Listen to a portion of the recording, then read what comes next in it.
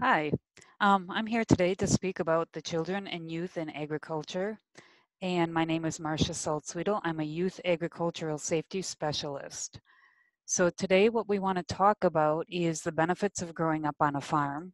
We want to explore the challenges and the risks for children raised on farms. We want to discuss the strategies for addressing these challenges and risks, look at how to balance the risks and the benefits for children on farms, and I want to start out though first talking a little bit about our organization and a little bit about myself, just so you understand where I'm coming from here. So I actually work for the National Children's Center for Rural and Agricultural Health and Safety, which is housed within the National Farm Medicine Center. The National Farm Medicine Center is actually part of the Marshfield Clinic Research Foundation, which is actually part of the Marshfield Clinic Health Systems based out of Wisconsin. Despite the fact that we're based in Wisconsin, we are a national children's center. So over the course of the last decade, I've worked with a lot of different farm organizations, and you can see that from the photo in the center that we also have our own farm. I grew up on a farm. We still own and operate our farm. This particular picture happens to be during our Christmas tree and wreath season where we're actually making wreaths. So just a little background, hopefully that'll help. So we talked about the benefits of, I mentioned that we'd be talking about the benefits of working on a farm, and there are a lot of benefits to raising children on a farm. There's lots of room for children to play. It instills a passion, a love, and a respect for the land. Children and youth form lifelong friendships with other farm kids and ranch kids on these farms. They form a unique work bond with the family. When you work together, it also helps to bond that family together and cement those bonds. It teaches the children and the youth about the life and death cycle. It helps to build character, instills a good work ethic, teaches the youth and the children responsibility. And our studies now are telling us that actually children on farms and ranches tend to have better health. It helps to build their immune systems. And some of the preliminary data out of some of our studies is telling us that there's less incidence of allergies, less incidence of asthma, and those types of issues with children that are raised on farms. And of course, my favorite thing is, and having grown up on a farm, I can tell you that I really do feel that children that grow up on farms and ranches do have the best pets.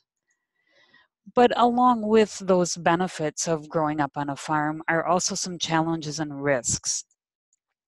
Childcare is a huge challenge. Oftentimes, childcare is hard to find in rural areas if it's accessible at all. And oftentimes, the hours that farm parents and ranch parents need do not match the time that is available for these childcare centers. Oftentimes, they'll close at 5, 6 o'clock in the evening, and parents need care beyond that, oftentimes until 7, 8, 9 at night. And often they don't open early enough either. Parents would like to be able to be out in the fields and working by 6 in the morning, sometimes even earlier. And a lot of childcare centers don't open until 7 or 8 in the morning. So there's a lot of challenges that are associated with finding childcare for children in rural areas. Instilling a love for farming is not hard to do when you're raised on a farm, but doing it safely presents some unique challenges that we'll talk about more in a little bit.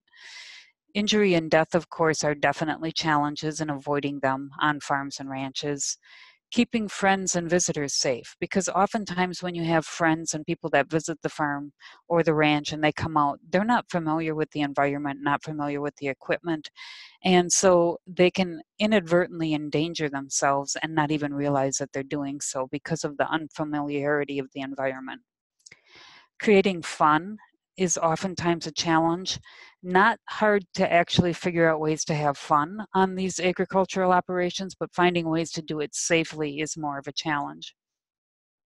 Isolation becomes a problem. I can remember when we were growing up that sometimes it just didn't seem fair that the kids that were in town could just walk down the street and meet up with their friends, whereas our friends were oftentimes a mile away. So sometimes that isolation can play into those challenges as well. And that can also help fold into keeping the family in harmony. Sometimes children and youth are tired of having to work when they don't feel that their friends that are from urban environments have to, and a lot of other challenges that might help keeping that family in harmony. Um, So I want to take a few minutes to talk a little bit about the numbers. So we have approximately 2 million farms in the United States, and on those 2 million farms, there's almost 900,000 youth that live on the farms. And of those youth that live on farms, almost half of them actually do work on the farms. In addition, there's another 265,000 plus youth that don't live on farms that still work on farms. They're actually hired to work on farms, and about 24 million children that visit farms each year. Now, just a caveat onto that, some of those are actually visiting because they're going to grandpa and grandma's house or they're going home with friends, and some of them are visiting because of agritourism operations, on-farm recreational activities like corn mazes and hay rides, or even things like farm markets that are actually housed on the farm where the youth are going to visit these farm markets. So we talked a little bit about challenges and risks, and one of those challenges and risks that we talked about was the injury statistics and the fatality statistics as well. And so we know that about every day, 33 children are injured in agricultural related incidents. And we know that about 60% of these injuries happen to children that are not working.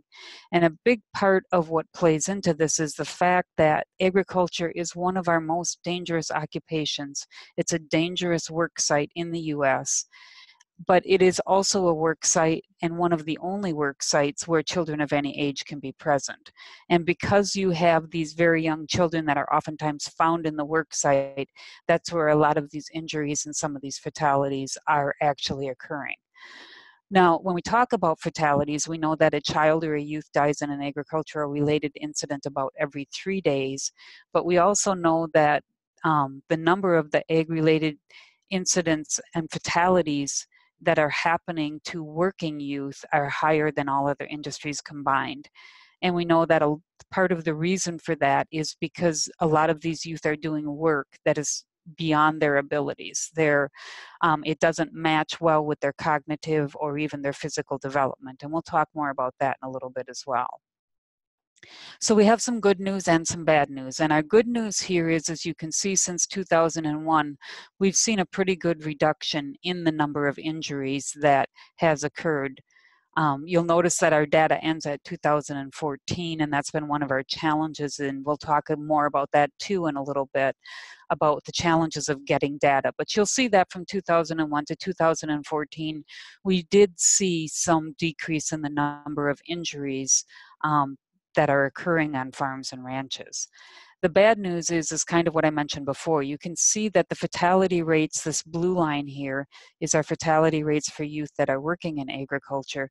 And you can see that that's much higher than this red line here. And the red line actually represents all the rest of the injuries combined. And so you can see that the fatality rate in agriculture is definitely an issue, and that we do need to do something to address that. So when we look at what's actually causing these injuries and these fatalities, you can see that the fatalities are caused most often by machinery, and tractors definitely leads that grouping, along with other types of motor vehicles, including ATVs and UTVs, and then that's followed up by drowning. For injuries that are not fatal, we notice that the most common causes are falls, animals, and again, the machinery and the vehicles. And one of the things that I do want to mention here that is kind of an up and coming cause of injuries is the skid steers. Now, over the last decade, we know that the ATVs and the UTVs have been increasingly causing injuries and fatalities on farms. We're now noticing that the skid steers are also starting to catch up with that they're becoming more of an increasing concern as well. Now, I do want to mention about the numbers that we're talking about, these injuries and fatalities that we're talking about in these numbers we've given you. We do anticipate that these numbers are probably underreported and are actually higher. We think there's more injuries that are occurring. We do suspect there's more fatalities that are occurring. There is no central database for child agricultural injuries and fatalities. So what we end up, and there's also very few mandatory reporting requirements as well, especially with the fact that children can work on family farms and then are not subject to reporting requirements and not subject to child labor laws. that actually means that these injuries and these fatalities don't have to be reported in those particular instances. So what we've ended up doing is piecing together data from various data sources, which makes it a little bit disjointed. And the fact that the National Institute for Occupational Safety and Health discontinued their child agricultural injury surveillance in 2015 also complicates this, because that was a good source of data that we no longer have. So oftentimes one of the other things that complicates this is that the site of the incident is oftentimes not reported as farm or ranch. Oftentimes when we try to access things like ambulance data and emergency response data, they will include an address, they will include the type of the incident or that the person fell, but it won't actually list the site as a farm or a ranch. And so that makes it more difficult to classify injuries as well.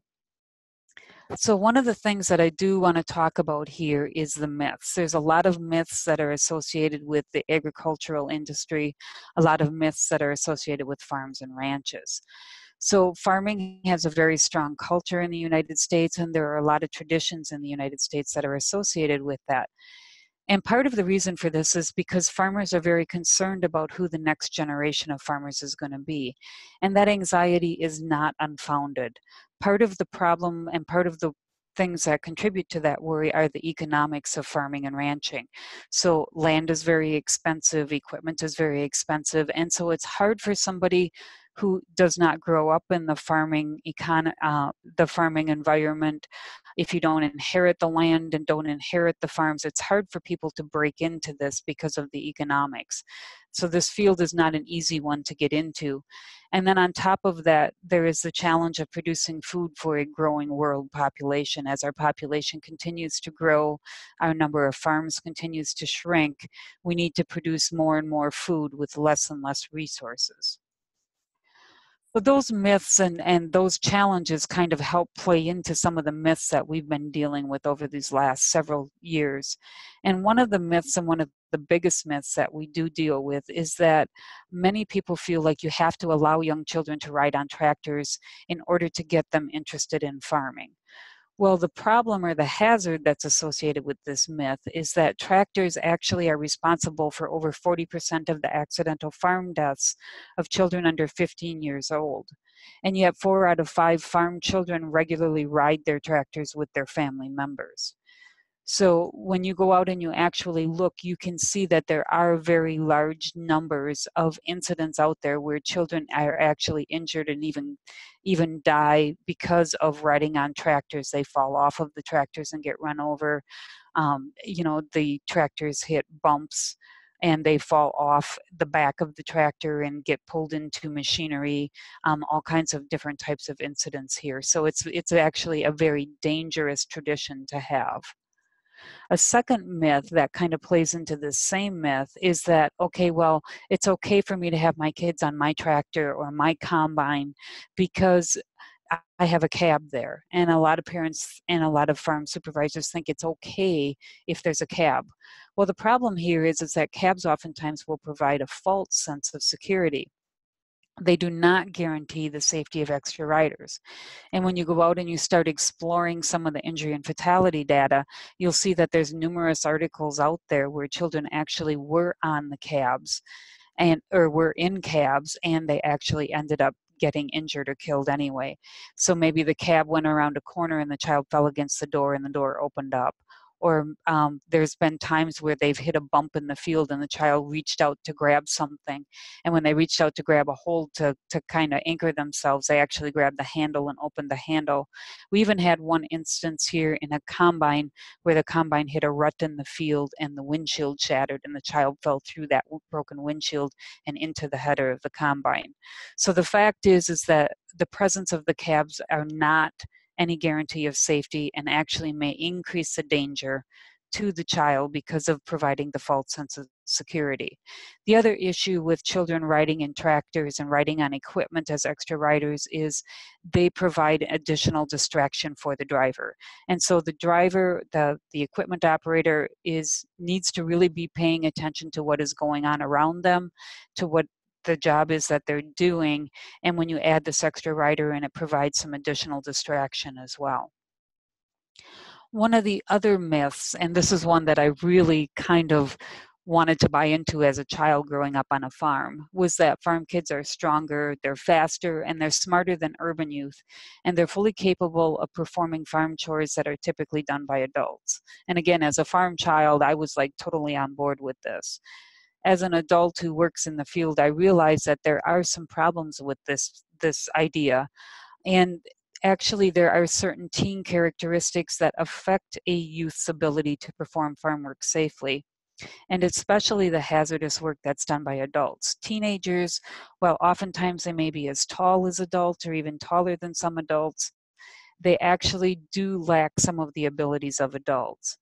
So for instance, teens tend to have a risk-taking attitude. They tend to, as teens mature and we grow up and we become adults, we tend to realize and be able to better differentiate which things are risky and which things are not.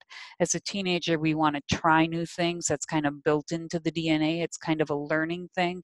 And so they're very much more willing to take risks as teens than adults are. Cognitively, teens are not as mature as adults. Their decision-making mechanisms are not refined. They oftentimes don't have the experience that helps them to make those decisions. They may be impulsive and tend to make more rash types of decisions. Teens are also reluctant to ask questions. So oftentimes, especially with the males, they like to think that they know everything, or they want to be seen as knowing everything. And so they don't want to ask questions because of that. They also tend to have a drive to prove themselves. And their enthusiasm sometimes for a new job can oftentimes outweigh their judgment. So I remember the first time that my parents told me that I could actually get on the tractor and drive it. I was so enthusiastic. I wanted to just get on there and drive without any training, without any instruction. And obviously that's a dangerous type of an attitude to have. And so with the teens, you need to have that adult there, and they need to be able to kind of temper that enthusiasm a little bit.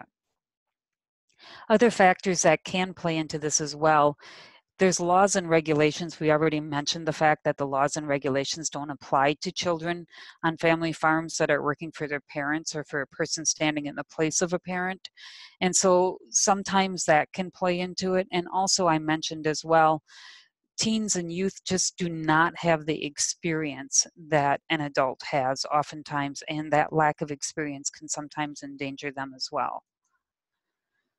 I mentioned earlier about visiting youth, and that sometimes our visiting youth are people that are visiting farms or visiting ranches because they might be visiting with parents or grandparents, or they might be visiting home with a friend. But agritourism, which is actually bringing people onto the farm for a variety of reasons. It might be for entertainment, such as corn mazes and pumpkin patches and hay rides. It might be because of farm markets and people purchasing things on farms.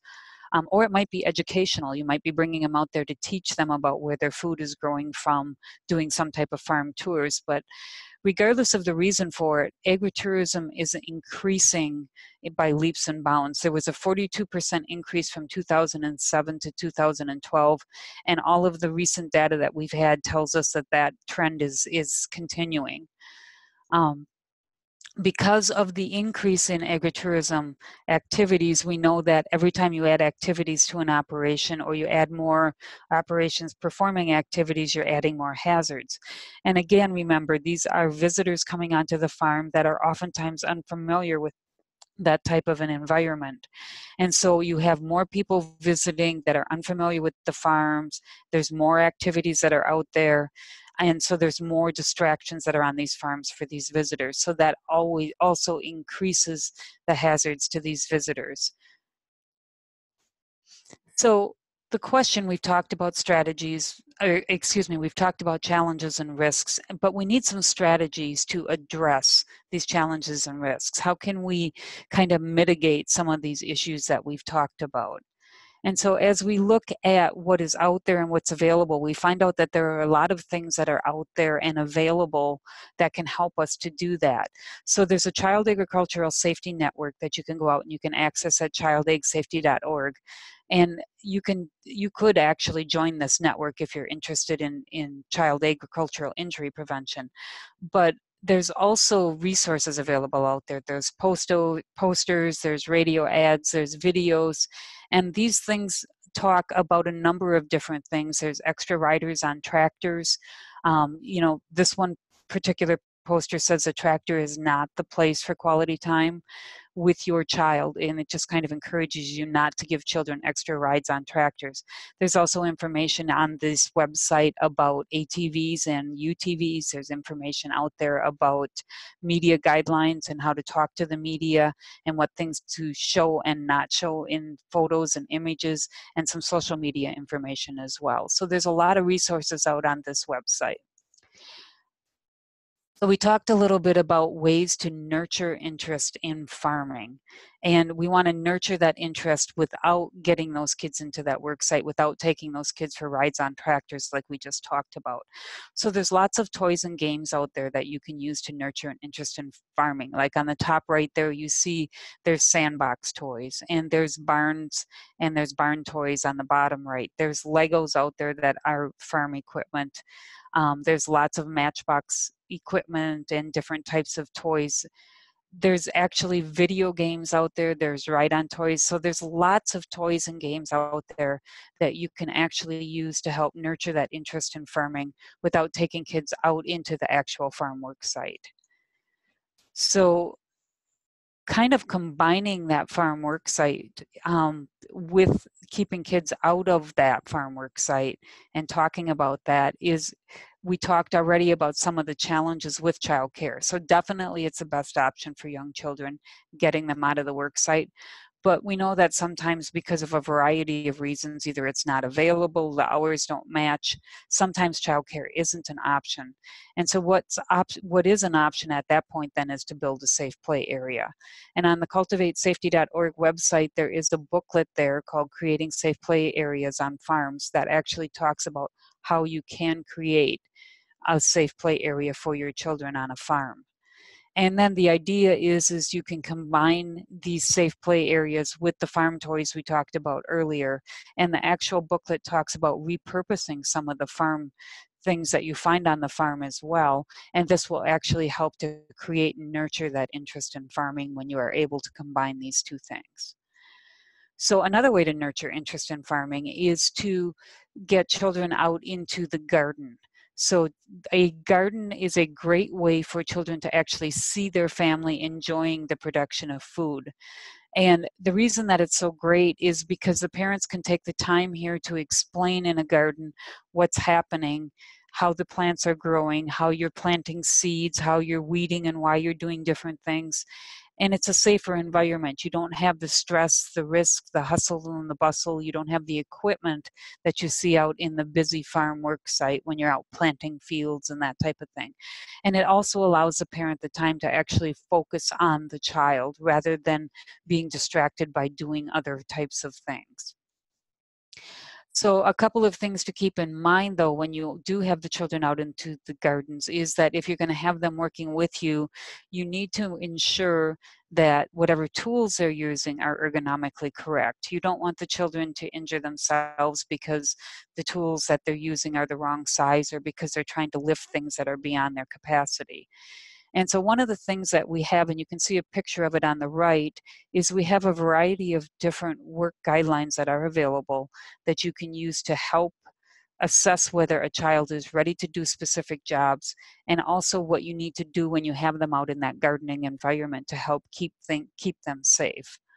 Okay, so these agricultural youth work guidelines actually are used by parents and supervisors, and you can actually assign tasks based on the youth's abilities. So when you look at this top left quadrant up here, you'll see it says, can youth do this job safely? And you can actually go through that and use that section to assess a youth's ability on whether they can do the job safely or not.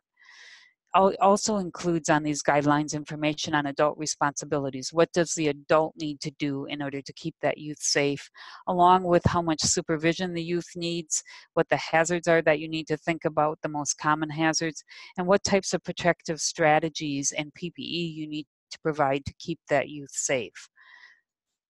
So again, these work guidelines are about assigning age-appropriate tasks, and we do have over 50 of them that are available out on the Cultivate Safety website. They are mobile friendly, so you can access them from mobile devices, and you can access them in a variety of different ways. You can access them as an interactive format where it just asks you a series of questions, and then you can answer those questions and it will tell you whether the job is a good fit for the youth. You can access them on the website as a read only, where you can just go out to the website and read them, or you can print and download them. And if you print and download them, you can actually customize them so that you can choose skin colors, you can choose equipment colors, you can customize them however you want. Now, in addition to that, on the Cultivate Safety website, in that work section, there's also information on child development. There's information on the benefits of farm work for youth. There's information on supervision. And there's also information on communication, including how to build a communication plan for your youth and your child that not only ensures that they have the ability to communicate with you if something goes wrong, but also tells them when they should and shouldn't be using communication devices, like not using their cell phone while they're in the pen with an animal or while they're operating equipment. These guidelines are also available in Spanish and French. They're currently being loaded onto the website, and by August of 2019, they should be out there and available in additional languages as well. Any equipment that you have, tractors especially, UTVs, those types of equipment, they should have rollover protective structures available.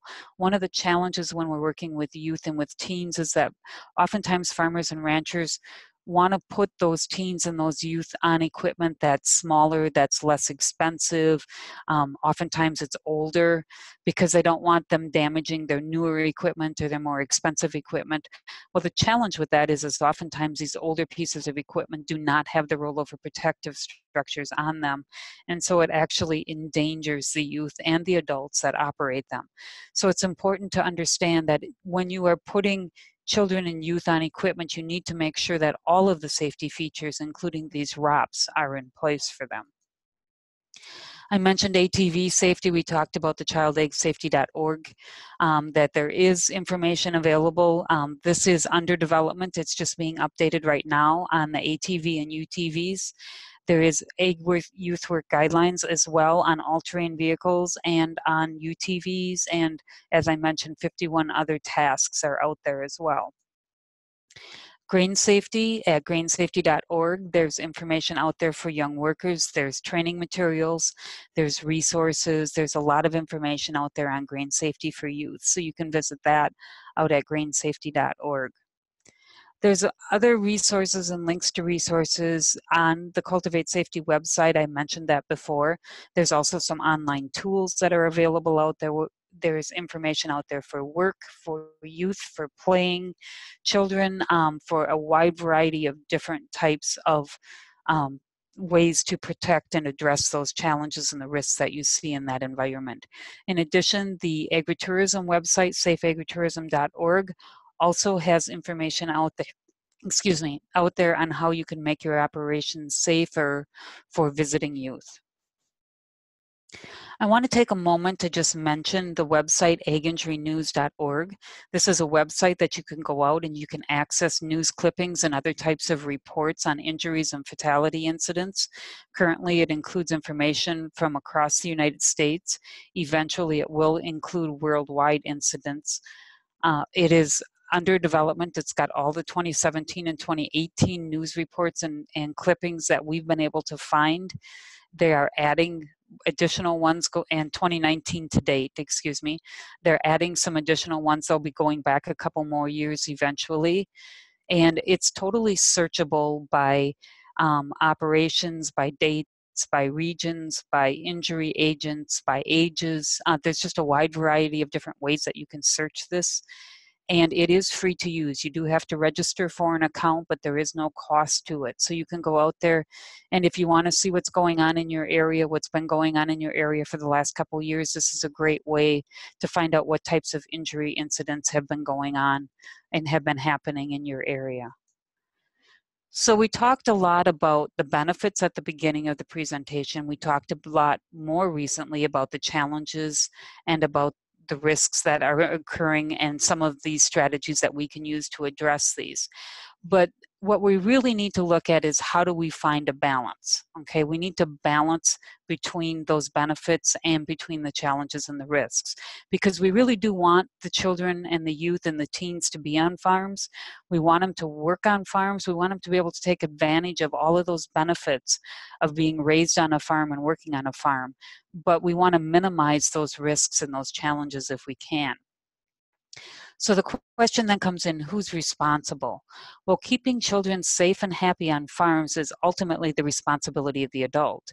And the reason that we say that is because the adults are the ones that set the boundaries and the rules and enforce them. They're the ones that are able to provide the supervision. They assign the tasks and the jobs, and they provide the training for the youths on these operations. They're the ones who have the ability to mitigate the hazards, and they also are the ones who actually provide the activities, hopefully the fun activities, for children on the farms. They teach the youth about responsibility and a wide variety of other things, and they actually provide the role model. And that's so extremely important, because if a teen or a youth that's getting ready to learn how to drive a tractor, if they're not seeing the adult get on the tractor and snap that seatbelt, then chances are they themselves won't snap that seatbelt when they get on that tractor either. Children and teens tend to do what they see, not necessarily always what they're told. So that role modeling is crucial for teens and children that are working on farms. And nurturing the love of family and farming is also the responsibility for the adults. So the adults can actually provide those opportunities to nurture that interest, and it's important that they do it in a safe way. So how do we do that? What can the adults do? We have 5 top safety strategies. And this is really just a review of many of the things we've already said. Keeping children away from the tractors and other types of equipment. Don't give them rides on it. There's better places for us to be able to nurture that interest, as we talked about. Keeping those young children out of the work site. There's lots of incidents in that aginjurynews.org database that talk about children that accidentally got run over because they ran out and dad didn't see him with the tractor, or mom didn't see him when she was operating the skid steer and they ended up getting run over. So just keeping those children separated from that work site is vitally important. Ensuring that any work and tasks that you assign to your children and your youth are age appropriate, and making sure that your environment is as safe as possible. Doing that by eliminating or reducing the hazards as much as possible, and by providing personal protective equipment whenever it's needed. And of course, provide the appropriate training that's needed for different for different work and tasks, and making sure that those children and those teens are proficient at a job before you turn them loose to do it themselves. They should be able to safely demonstrate that they can do the job at least 4 to 5 times, and very safely demonstrate, and you should see them do it without a mistake 4 to 5 times before you turn them loose to do it on their own. And even then, once you have ensured their proficiency at the task, you still need to supervise them periodically. So in summary, there's lots of benefits and delights that you can have when children are being raised on a farm. Lots of benefits even for children and youth that are working on farms. But there's lots of challenges and there's lots of risks too.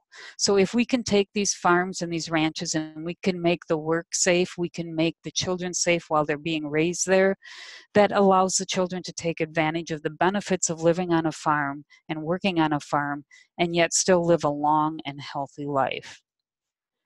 So I want to take this opportunity to thank you for attending this And also to let you know that I'm happy to answer questions. Please feel free. My email address is down there. Our phone number is there. So please feel free to connect with us if you've got questions or if there's any other information that you need. So thank you again for joining us today, and I hope you have a great day.